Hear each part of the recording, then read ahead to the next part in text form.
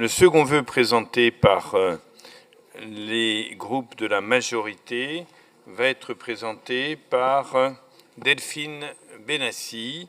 Il s'agit d'un vœu portant sur l'accueil digne et l'accès effectif aux droits en Centre-Val de Loire. Tout à fait. Le contexte actuel est marqué par des déplacements forcés de population aux causes multiples qui sont en hausse partout dans le monde. L'Europe est loin d'être la première destination, cependant les arrivées de personnes migrantes y sont en hausse et nous devons d'accueillir dignement et humainement ces personnes qui constituent une richesse pour des pays vieillissants. Et c'est aussi l'opportunité de faire émerger des échanges interculturels indispensables pour espérer reconstruire pour l'avenir une culture de la paix. Or, ce n'est pas la voie empruntée par l'Union européenne avec l'entrée en vigueur récente du pacte Asile et Migration qui viendra amplifier une situation déjà très alarmante dans notre pays et notre région. Alarmante pour les mineurs non accompagnés qui sont mal protégés, comme l'a constaté le Comité des droits de l'enfant des Nations Unies. Pour les personnes demandeuses d'un premier titre de séjour ou d'un renouvellement, les dysfonctionnements sont nombreux également, liés à des délais de traitement administratif disproportionnés, à la difficulté à obtenir des rendez-vous, à des conditions d'attente indignes, à la dématérialisation des démarches. Le Conseil d'État a d'ailleurs enjoint l'État, dans une décision du 5 mai 2026, à corriger ces dysfonctionnements qui compromettent l'accès effectif aux droits et conduisent à des ruptures de parcours avec des conséquences humaines dramatiques, comme ce qui arrive à ce restaurateur vietnamien qui est installé dans l'Indre depuis 10 ans, dont le titre de séjour n'a pas été accepté après une demande faite il y a près de 10 ans, et qui se voit contraint de repartir au Vietnam contre son gré, alors qu'il est parfaitement intégré et contribue à la dynamique économique de la petite ville du Blanc, payant impôts et cotisations sociales. Enfin, nous alertons sur la précarisation en cours des étudiants étrangers avec la fin des APL et l'augmentation des droits d'inscription à l'université qui vont être multipliés par 16. Face à cela, notre région fait un choix politique respectueux de la dignité humaine des personnes en s'engageant pour l'amélioration des conditions d'accueil et d'intégration. Nous avons été la première région à signer d'ailleurs un contrat territorial d'accueil et d'intégration. Nous ne faisons pas de choix entre la politique migratoire et celle de la formation professionnelle, comme le souhaiterait le RN, mais nous répondons aux différents enjeux en favorisant la formation et donc l'insertion socio-professionnelle des personnes primo-arrivantes. Et cette ambition a été renforcée dans la nouvelle stratégie de coopération et de solidarité internationale adoptée en 2024, avec l'instauration d'un axe territoire solidaire et accueillant.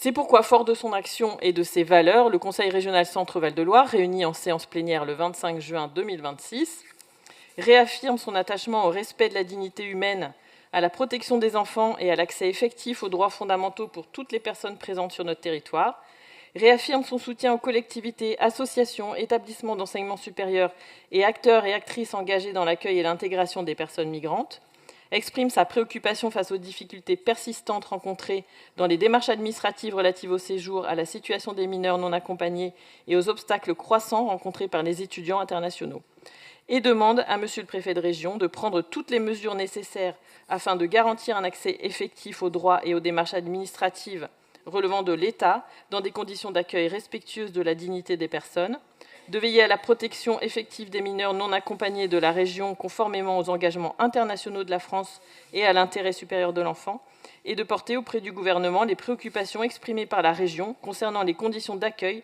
d'intégration et d'accès aux études des personnes étrangères présentes sur notre territoire.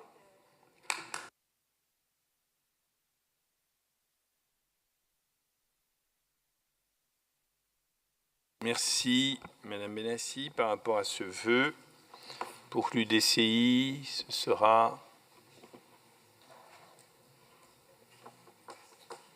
Pas de prise de parole? Si. Non, mais c'était juste pour savoir si vous alliez prendre la parole. Madame Fauquet, pour CDRC, ce sera Monsieur Perico-Légas. Et pour le Rassemblement national, ce sera chez Avril. Voilà. Alors, pour l'UDCI, Madame Fauquet.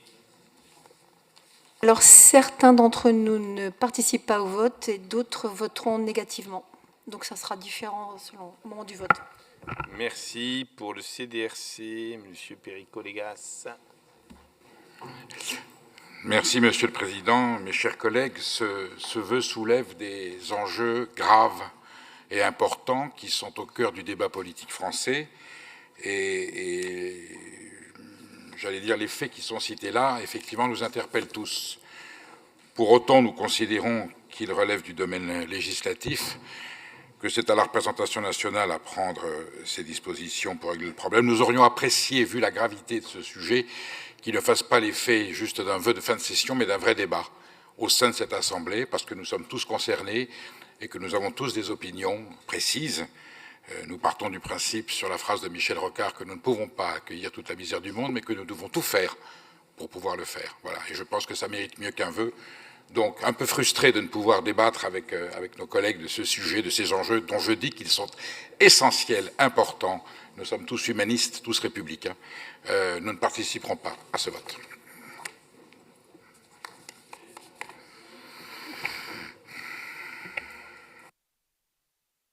Merci, M. Perico-Légas. M. Avril pour l'Assemblée nationale.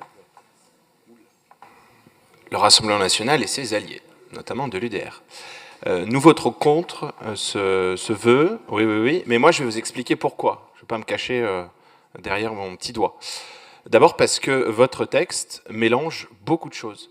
C'est un texte d'amalgame, on est habitué à vos sophismes, où vous nous faites voter sur des notions très vagues, en essayant de nous enfermer dans un piège moral. Alors effectivement, qui peut être contre la dignité humaine ou la protection des enfants? On peut aussi voter pour la gentillesse universelle ou la paix dans le monde, ça ne me pose pas de problème. Vous dire néanmoins qu'il y a beaucoup de publics fragiles dans notre région, beaucoup de publics en difficulté. On en voit tous les jours dans nos mairies, donc on peut aussi faire des vœux pour eux. On y passerait la nuit, on y passerait des jours et ce serait sans doute très utile. Vous mélangez beaucoup de choses, il y a beaucoup de registres très différents, à la fois la protection des mineurs qui relève des compétences du département, l'effectivité des titres de séjour qui relève des missions régaliennes de l'État, la condition et les frais d'inscription des étudiants extra-européens qui relèvent du ministère de l'Enseignement supérieur. Pas beaucoup de choses qui relèvent de notre région, c'est j'imagine ce pourquoi vous faites un vœu et non pas un débat en session plénière, mais moi je vais vous dire que l'État fait beaucoup de choses déjà. Et Madame Benassi, il a fait des choix. 2 chiffres pour donner cette explication de vote. Depuis 2018, on a ouvert dans notre région 12 centres d'accueil des demandeurs d'asile. J'en sais quelque chose, j'en ai un dans la ville dont je suis le maire. Et d'ailleurs, collègues de gauche, j'aimerais savoir si dans toutes les collectivités que vous dirigez, vous avez vous aussi des CADA. Moi, j'en ai un à Salbris. En face de ça, un autre chiffre, 12 centres d'apprentissage qui ont été fermés depuis 2018. Donc pour nous, c'est non.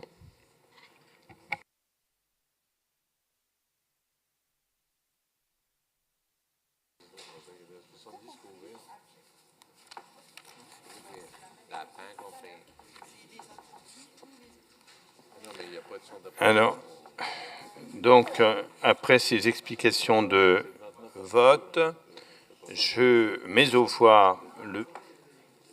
Christine, elle est réveillée là, c'est bon. Non, mais elle a pris la parole, elle a expliqué que le vote de son groupe serait différencié. Donc je mets aux voix le vœu, comme il a été souhaité.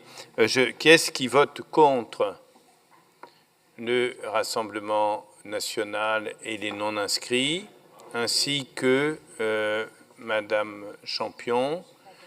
Qui est-ce qui s'abstient? Qui est-ce qui ne prend pas part au vote? Le groupe CDRC, Madame Fauquier, Madame Geneste. Qui est-ce qui vote pour? Les groupes de la majorité. Le vœu est donc adopté. Je vous en remercie.